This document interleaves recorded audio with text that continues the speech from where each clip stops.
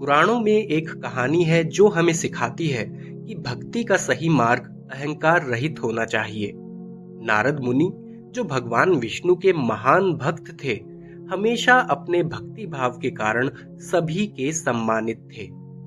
एक दिन अहंकार में आकर नारद मुनि ने सोचा, मैं ही भगवान विष्णु का सबसे बड़ा भक्त हूँ। उनके मन में यह विचार आया कि कोई अन्य भक्त उनसे ज्यादा सच्चा नहीं हो सकता। भगवान विष्णु उनके इस विचार को जानते थे। उन्हें अहंकार से मुक्त करने के लिए उन्होंने नारद मुनि को एक पाठ सिखाने की योजना बनाई। उन्होंने नारद मुनि से कहा, नारद, मेरे एक सच्चे भक्त का हाल जानना हो तो उस किसान को देखो जो हर दिन मेरे नाम का जाप करता है। नारद मुनि ने देखा कि वह किसान सुबह उठते ही 3 बार भगवान का नाम लेकर अपने कामों में लग जाता था।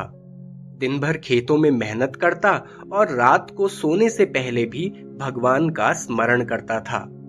यह देख नारद मुनि को संदेह हुआ और उन्होंने भगवान विष्णु से पूछा, प्रभु, यह तो दिन में केवल 3 बार ही आपका नाम लेता है और फिर अपने काम में व्यस्त हो जाता है। इसे आप अपना सच्चा भक्त कैसे मान सकते हैं? भगवान विष्णु मुस्कुराए और नारद मुनि को एक तेल से भरा कटोरा देते हुए कहा, इस कटोरे को अपने सिर पर रखकर पूरी पृथ्वी का चक्कर लगाओ, परंतु ध्यान रहे कि तेल की एक भी बूंद गिरने न पाए। नारद मुनि ने पूरे ध्यान के साथ उस कार्य को संपन्न किया और कटोरे से तेल की एक भी बूंद नहीं गिरी। भगवान ने उनसे पूछा, नारद, इस पूरी यात्रा के दौरान तुमने कितनी बार मेरा नाम लिया?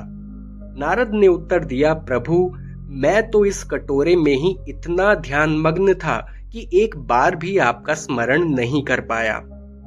भगवान विष्णु ने नारद को समझाते हुए कहा, वह किसान अपने जीवन की सभी जिम्मेदारियों के बीच भी मेरा स्मरण करता है। भक्ति केवल मेरे नाम का जाप करना नहीं है, बल्कि अपने कर्मों में रहते हुए मुझे याद रखना ही सच्ची भक्ति है।